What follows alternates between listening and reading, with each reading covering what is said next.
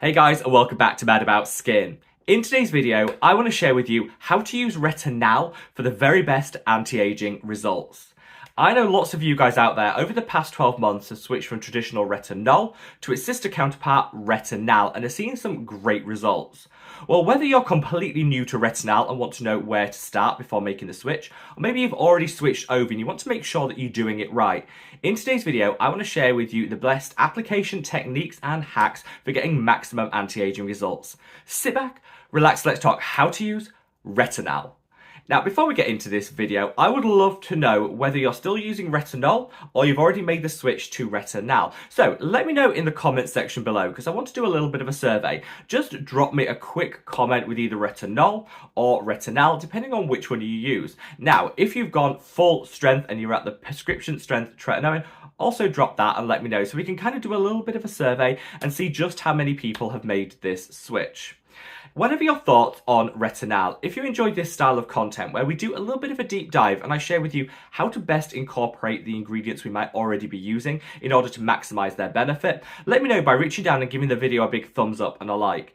If this video gets a lot of likes, then I'll replicate it with other skincare ingredients so we can just make sure we're getting maximum performance from our hard-earned coin. Now, I've got a lot to get through in today's video, so let's cut that waffle and delve straight on in. So when it comes to making the switch from Retinol to Retinal, there's a whole host of reasons why people might be doing that, and I've covered the key ones in a recent video, which I'm going to leave a link to up there. Definitely want to check out if you're still using Retinol and want to know whether making the switch is right for you. I switched around 12 months ago, and honestly, I've never looked back. I switched because of some of the recent studies that came out that shows just how effective Retinal can be in terms of anti-aging versus Retinol. These studies also show that in the average person, Retinal is far less sensitizing and irritating on the skin than Retinol is. So if you can get enhanced results and fewer side effects, to me that just seemed like a no-brainer. I make the switch and like I say, I've never looked back and my skin loves Retinal. However, at the time of making that switch, there are some things I wish I knew which would have made that a little bit easier. So if you're thinking about making the switch, this is the video for you. Or maybe you've already switched and you just want to be told that you're doing it right, or maybe learn some hints, tips and hacks along the way. Hopefully I'll be able to cover everything today.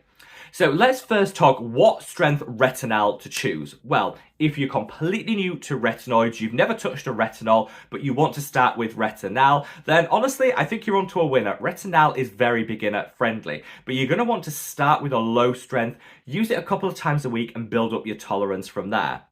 If you're already using a retinol and you want to switch to Retinal, then keep the frequency the same. If you're using retinol every night, switch to Retinal and continue to use it every night. They're not that different that you need to start from the beginning.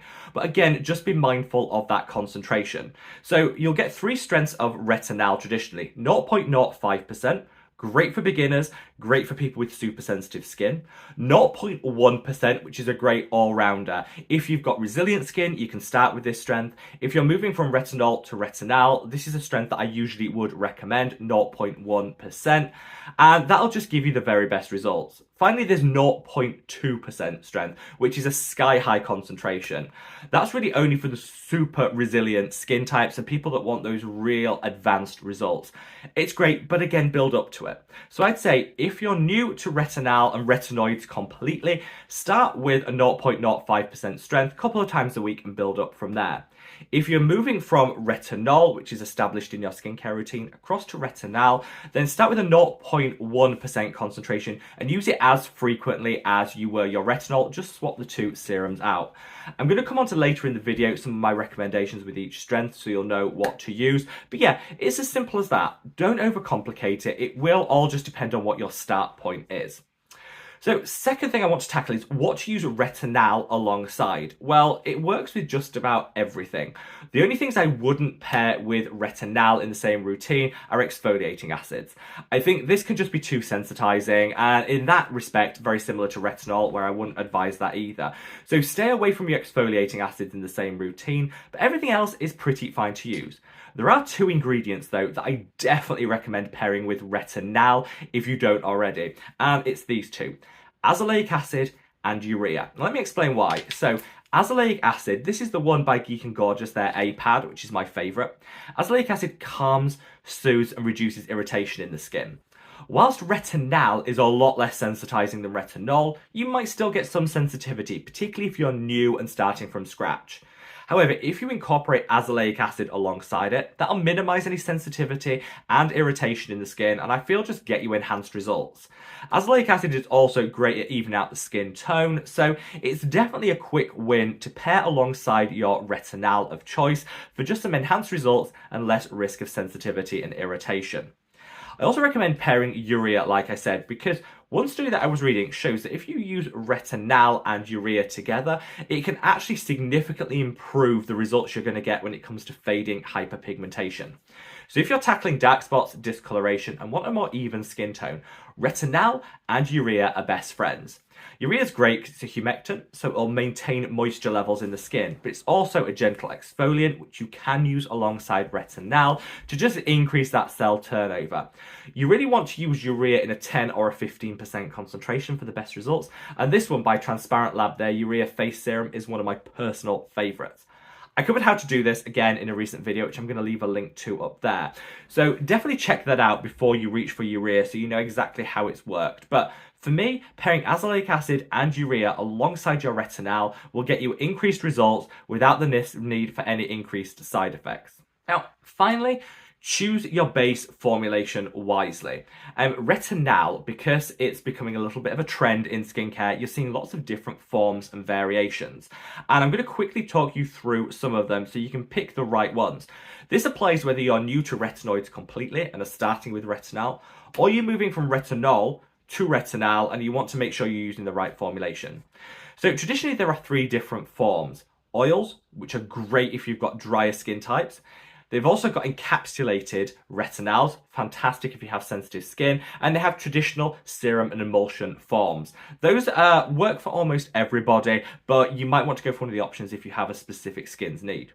So when it comes to an oil-based retinal, I actually created my own because there weren't that many affordable options on the market. This is the Mad About Skin Ultimate Anti-Aging Oil and has a 0.05% concentration of retinal alongside some other retinol esters to really dial up the potency you're going to see. This is going to be super hydrating on the skin, giving you the very best, smoothest skin of your dreams, but without risking too much side effects and irritation because of that percentage. Very beginner friendly, but also a great option for those that are moving from retinol to retinal but want some extra hydration. This is the one that I'd recommend, and currently at the time of filming, this is on buy one, get one free. Put two in your basket. When you check out, you'll only actually be charged for one, so share one with a friend or just keep one in stock for when you finish one bottle. But yeah, beginner friendly and a great option for drier skin types. For encapsulated retinal, there are two that I'd recommend. This is the Medicate Crystal Retinal 10. Great encapsulated, super hydrated formula. So this is a 0.1% strength, great all-rounder for almost all skin types, and one that I would recommend if you're transitioning from retinol to retinal. This is encapsulated, so it's got a slow release, meaning you're going to get less side effects and irritation, which I personally love to see. It comes with a slightly higher price point, which I think is worth it for the technology, but isn't going to be for everyone. If you want a cheaper option in terms of encapsulated retinal, reach for Naturium with their retinaldehyde serum. This is great, and they now do two strengths, which is wonderful. The 0.05, again, best for beginners. The 0.1, kind of suitable for everyone. An affordable, budget-friendly, encapsulated retinal that I would recommend all the time. Finally, if you're looking for emulsions and serum style products, then these are maybe the most basic in their formulation, but they often come with a lower price point and just kind of work universally. And these are my two recommendations. So in a 0.1% strength, this is the Geek and Gorgeous A Game 10. This is wonderful, super affordable. I think this is the cheapest of all the recommendations.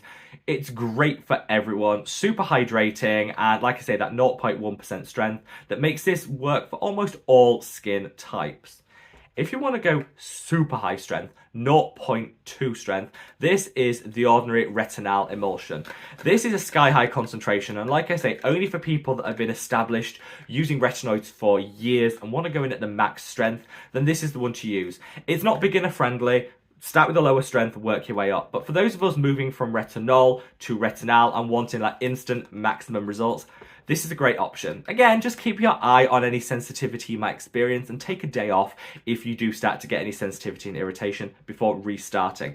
But this is a great option in a real lightweight emulsion style formula that I think will work for almost everyone that's an established retinoid user looking for those maximum results. So one final thing when it comes to retinal, if you're already using retinol and you switch across to retinal, just be mindful that you still might get some sensitivity, irritation, and maybe even a light purge. This is all to be expected, don't freak out. I think it happens very infrequently because generally speaking, retinal is more gentle on the skin than retinol, but it can still happen. Our skin is unique and our responses to products will be unique too. So bear that in mind. If you do get any sensitivity, irritation, or purging, it's absolutely fine. Fight through it like you would normally do. Maybe take a day off if you need to, or just persevere and know at the end you'll get past that and you'll get some amazing, amazing results.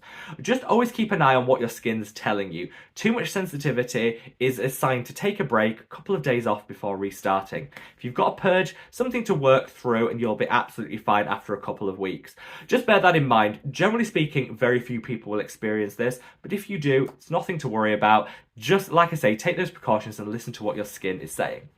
So hopefully in this video, I've been able to demystify retinal and helped you if you're either deciding to make the switch from retinol to retinal, or maybe you've already done that and you want to make sure that you're using it right. This will share with you what to pair it alongside, what strength works best for you, what base formulation could be the key to success.